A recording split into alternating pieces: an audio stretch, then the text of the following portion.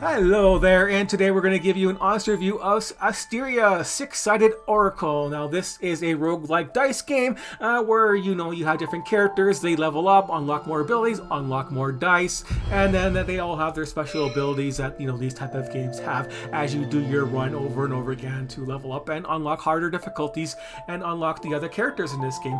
So yeah, you have your different characters, then you can see what dice they have activated for themselves and their own special abilities. So each character will have their own set of dice pools for themselves for their special abilities. You get blessings, which can give you some buffs and help your deck out there, or make it worse for yourself. And the black hole ones are like a positive and a negative type of thing for your blessings. And then you have sentinels, which are basically two turrets that you can have up. You can have up to two. Yeah, they do their own. They have their own dice and their own special abilities that you got to manage for how complex the game can be. So let's get started and show you what the different characters are. I don't really like the the art style. But yeah, you level them up there. You can change the difficulty. More things unlock as you level them up there. They should really show you what you unlock there, but complexity. This is only the first level of complexity, and this guy is just like, it takes forever. So some of these little runs can last up from 20 minutes to like 2 hours to do a run, especially when you have a guy that starts off with 2 turrets. That's 2 extra dice to worry about, and then combinations where you get to he gets to add some more dice and then add more power to him when he dies. So you destroy your turret, that turret does an AoE damage to everything, and then you resurrect your turret, and then you get to reroll some more dice, doing it as you play some more dice that have more rerolls on them, more extra dice rolls on them for themselves. So yeah, you just keep adding extra dice and more dice that gives you extra dice type thing. But yeah, when you level up your guy, you get access to more abilities at the start before you even play. But the field looks like this. When you first play, you have to start a normal battle right off the bat, and then you get to pick whatever buff you want, and then you go through the next fight, and then so on and so on for what you have. It kind of looks the same exactly like all the time. An unknown event, usually always good to take. A normal fight choice versus a hard battle, but you get more bonuses from the hard battle. And then things like at the end where you can sacrifice one of your hearts to gain another blessing, which is always a good thing to do too. But yeah, the blessings are like this. As we can start with one right here. We can see this character has 3 hearts. You lose all 3 hearts, you die. He's got 8 dice in his dice pool. They're starter dice, and they pretty much suck. They're straightforward. Damage and healing. Healing and damage depending on who you're targeting. You target yourself with this, you heal yourself. You target the enemy, you do damage to them. You do this on them, that heals them. It goes back and forth to purify and corruption. You got to purify the other targets, and you don't want to corrupt them. But you got to have negatives on your starting dice with different special abilities like enhancement. Make your dice a 6 instead of having a 1. Dice go higher than 6 though, so don't worry about that. But not your starter dice. And then you have a shield for yourself, so you can block some of the corruption that they do to you with their dice. And you have rerolls and AoE damage. So yeah, this guy starts off pretty simple. Well, yeah, we could do this one. Reroll and one thing, purify. If you use starter dice, by safe dice, increase your starter dice by 1. That's something nice, right? Increase your purification. No, that's good. That's a good one to get at the start. Yeah, just really, I never picked this one here because by the time you get to pick it, having purification +1 on your starter dice doesn't really matter once you deleted them all, anyways. But yeah, we can do that. You got buffs to buff up your starter dice. So yeah, so instead of those dice always being a 1, they're going to be a 2. So that's a good improvement at the start for your first turn. The random dice part is one of the negatives that all these games do. As you unlock more and more things, you still have 3 choices. Now, there is not a bonus that you can get that lets you do a reroll type of a thing, but still, you unlock more dice and there's more combinations, and as they get more complex, your choices are going to limit what you can do for your deck. Like if I want to make a hex deck, I need hex dice, and I'm just going to reroll 3 things. I'm not going to get hex dice anymore because there's 10 more effects I could get. Like this one here, this Moonlight's a new effect, right? So before there wasn't a Moonlight, leveled up, now you have this Moonlight decks, and so whenever you play hex dice, you get a bonus, so that'd be nice. And this one here is Draw. Just straight old damage for this one here, so that was, I don't know why it's a plus, it's just extra damage, and that's it on there. A Scarlet Sigil on there, receive purification for every risky die you play. This, that's all crap, that's not going to help me out at all. I like to have, this one here, just draw 2 dice. That's a good dice to have. Then you can reforge your dice too, right? So some damage and reforging ability is nice. This one here is pretty good. Damage to all enemies and draw a dice, and there's 3 of them, so that's what you like to take. And there's no negatives on here, right? 3, a light shield and some damage. So that was a defensive dice there. That was a good dice to have for yourself. But let's show you what this fight in this game is all about. You have, like I said, you have your hearts. If they go down to 0, you die. This is your hit points you can take in corruption, and the enemy does this. So he will do 2 damage to me and 2 damage to himself. And damage to himself is like basically a heal, basically. Well, it just basically fills up his corruption meter for himself, right? So once he gets up to 3, for example, for this guy, he'll do 3 damage to me. So that's why he did as damage to himself. And if I take damage, these are my virtues. Like right now, I can convert one of my dice if I get a bad roll. Like if I rolled that 3 right there, for example, I could do that. But yeah, purify to one of my enemies, purify all things. Yeah, I got 1. I thought that thing was only 2. Yeah, okay, that's on a safe dice, I guess. Yeah, it's mirror shield, so that didn't work on that dice. Just for the starter dice. What? Dealt by starter. This should be a starter dice. This is starter dice. So this should do 2 damage. Yeah, it did do 2 damage. It doesn't say that on the dice. Okay. That's why. I had nothing I could really do, right?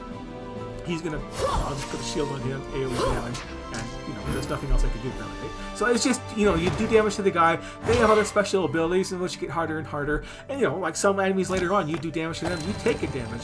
They have a different meter that if you do damage to them like 6 times, they do a big nasty effect on you. You don't like that, so I can reroll here. I can reroll his dice, like he got a 3 out of 3, and that's like his best roll he could have, right? So I definitely want to reroll that if I get 2 rerolls. I can reroll 2 dice. Now it's just 2, and I did cleanse that. I have that, but I have a cleanse right here, so I can. Oh, I got another reroll, right? So I can reroll. I can reroll more dice. I can reroll that one, and this was a 1, and I got some shields on here. I could risk it. Why not? And see what we get. And there we go. So we got a 3. So that's no good. We got the negative effect, but we have convert on here, so we could do that.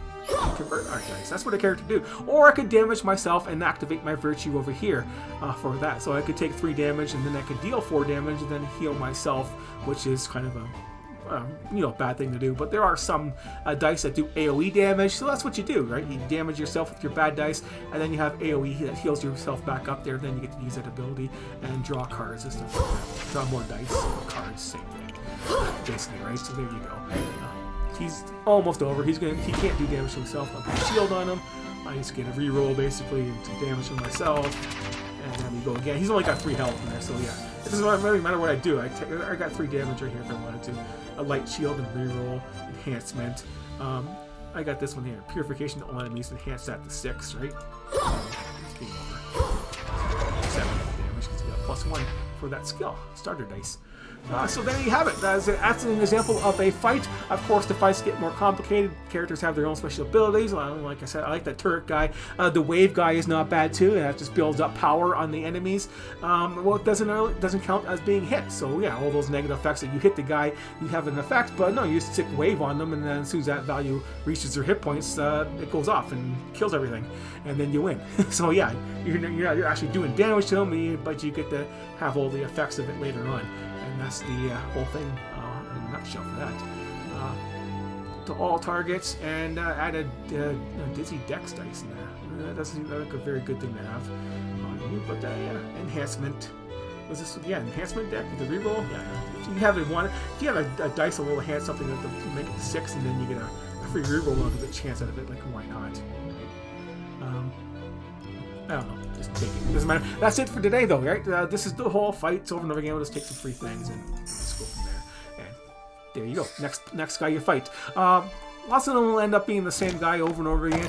The thing, as you play it more and more, you'll recognize them the same guys. But it's still a lot of variety. Sometimes they'll have different abilities and effects, and sometimes there'll be 2 guys, sometimes it'll be 1.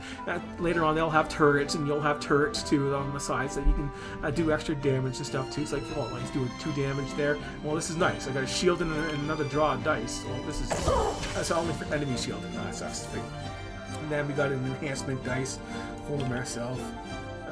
It's got other effects on there, right? That's purification and for each enhanced dice during battle. Okay, yeah. I haven't enhanced any dice yet, so it doesn't really take effect. But yeah, that's enough for today. This game, to me, is just one of those another average roguelike game where you have to worry about a lot of RNG, but you can customize your guys and play different characters as you see fit. But it's just 6 different characters. The art style kind of sucks. The storylines, sucks. Blah blah blah. Back and forth is what they do. basically, and it's kind of slow and standard, I would say, for these type of things. And you know, and I don't really, I don't really like the art form. I guess it's supposed to be something special, but I don't know.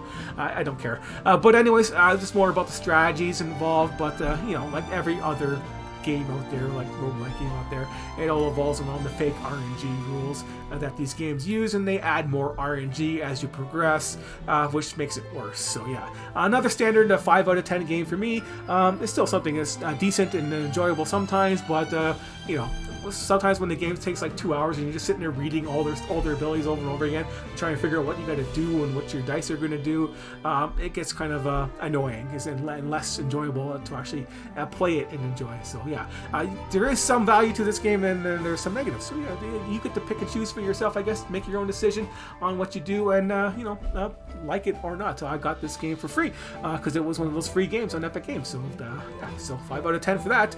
And otherwise, I wouldn't have bought it, right? I wouldn't have gotten it, so I wouldn't buy this game. I got it for free, so that's why it's a 5 out of 10. So, but you decide for yourself what you think this game is worth for yourself, and if you want to enjoy this or not, because you know you can get hours and hours of gameplay out of this, and it's not that bad. At the end of the day, I'm not saying it's a bad game. It's an average game. It's okay. It's okay. It's not a piece of crap. So that's good, right? So you do have a lot of things you can do as you add up more dice to yourself and modify your deck. Everyone likes modifying their deck. And delete your starter dice. You can reforge your dice on there. You can make some awesome dice and duplicate them with some skills on there. There's one of those abilities. You know, you take a trap and you can get like 3,000 coins to start reforging your dice and make a powerful dice and just reforge it, and then start destroying your other dice and have you like one awesome dice for your deck, and then have like 6 of them. You just keep re-rolling them, re-rolling them, and make it the game easy and kind of fun. At that, no one have do it that way. But that's just what you can do. I'm trying to explain more of what you can do in as little time as possible for you. So there you have it. Thanks for watching, and I will see you later.